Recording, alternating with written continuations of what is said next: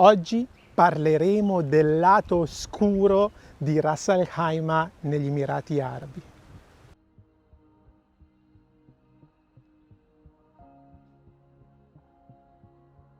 Anch'io mi conformerò alla moda del momento.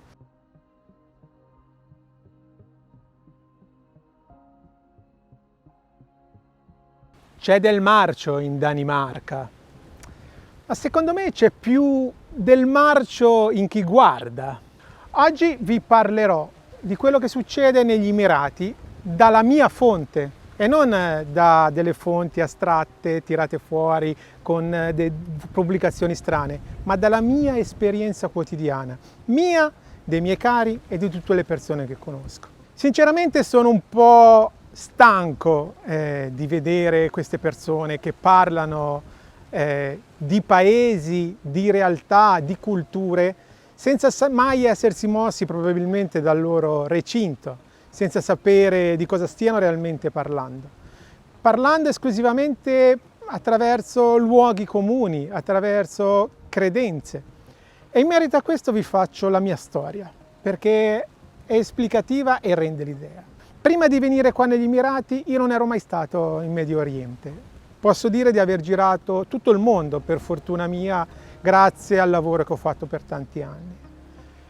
Sono venuto a Dubai per caso, per una fiera. Sono arrivato con mia moglie, pieni di dubbi, pieni di paure, perché avevamo la testa piena di, melma, per non usare altre parole, di quello che poteva succedere e soprattutto di come si sarebbe potuta sentire una donna arrivando a Dubai. Arrivati all'aeroporto internazionale di Dubai abbiamo trovato un controllo incredibile, una security impressionante. Abbiamo preso il nostro primo taxi e chi guidava? Una donna. Io e mia moglie ci siamo guardati e abbiamo detto ma forse c'è qualcosa che non va.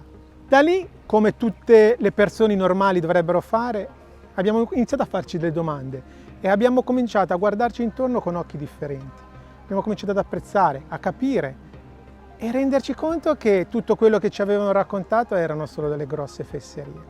Ora non dico che gli Emirati siano il paradiso terrestre, ma per certi versi ci si avvicina molto, perché abbiamo una sicurezza assoluta, nonostante qualcuno dica che se fosse così ci sarebbero gli asini che volano. Quindi se lui pensa questo gli posso garantire che gli asini volano. Ho capito anche che vedere quegli chiamati influencer che vedevo su YouTube sono semplicemente una minoranza in uno scenario fatto di tante persone serie che lavorano quotidianamente e hanno una vita normale. È come se io venissi in Italia e decidessi di prendere a esempio dell'italiano medio un deputato o un esponente della classe politica. Direi, cavoli, in Italia guadagnano tutti più di 20.000 euro al mese, hanno l'auto blu, hanno la scorta, sono tutti ricchi. Questa è esattamente la stessa cosa. Quindi chi si ferma a quello, soprattutto chi usa questi strumenti per creare una narrazione di una realtà che non conosce, è quantomeno offensivo per chi ascolta, non per se stesso, ma per chi ascolta. E di certo non influenzerà noi che viviamo qua e conosciamo la realtà e sappiamo che tutte quelle racconti, sappiamo distinguere più che altro qual è la verità e quelle che sono baggianate.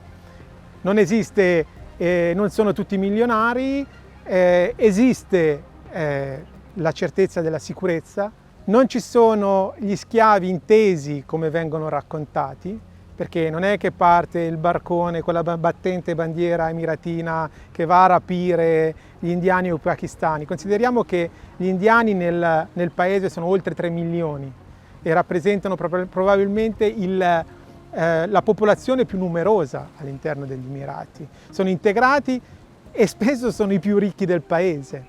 Quindi per stare nel paese, partendo semplicemente argomento per argomento, partendo dal lavoro, nel paese ci si entra con un contratto di lavoro, bisogna avere un'assicurazione, bisogna avere un visto, c'è un super controllo e una super sicurezza. Non sono tutti miliardari, non sono tutti neanche milionari, sono tante persone che lavorano seriamente e fanno un lavoro normale, da impiegato o da dirigente magari, ma non sono sicuramente tutti dei briatori, per capirci. Parliamo di stipendi che per noi sono considerati da fame, da qualche centinaio di euro. Non dimentichiamoci che sono stipendi netti, dove all'interno di questo c'è un pacchetto che offre vitto, alloggio, trasporto, biglietto aereo per tornare a casa, il visto residente, l'assicurazione medica. Quindi è ben diverso la struttura e sicuramente è sempre meglio pagato di quello che succede nei caporalati in Italia. Senza garanzie, senza copertura medica e nella completa illegalità. Siamo seri, cerchiamo di portare contenuti informati. Anzi, lancio un appello. Chi è convinto o chi ha fatto video che qua succedano cose turche è invitato da me. Mi può contattare nella mia email qua sotto e verrà negli Emirati mio ospite, ma dovrà fare una sola cosa di quelle che ha citato nel proprio video. Nel momento in cui la farà e io vedrò che la può fare, quindi importare illegalmente, non lo so, quello che vuole lui, soldi, camion di soldi, alcol, qualsiasi cosa che vuole, oppure andrà in giro e percepirà che viene rapinato per la strada, oppure vedrà lo schiavista con la frusta, sarà mio ospite. Quindi è un invito e le mie porte sono aperte, perché qua usa così, le porte sono aperte.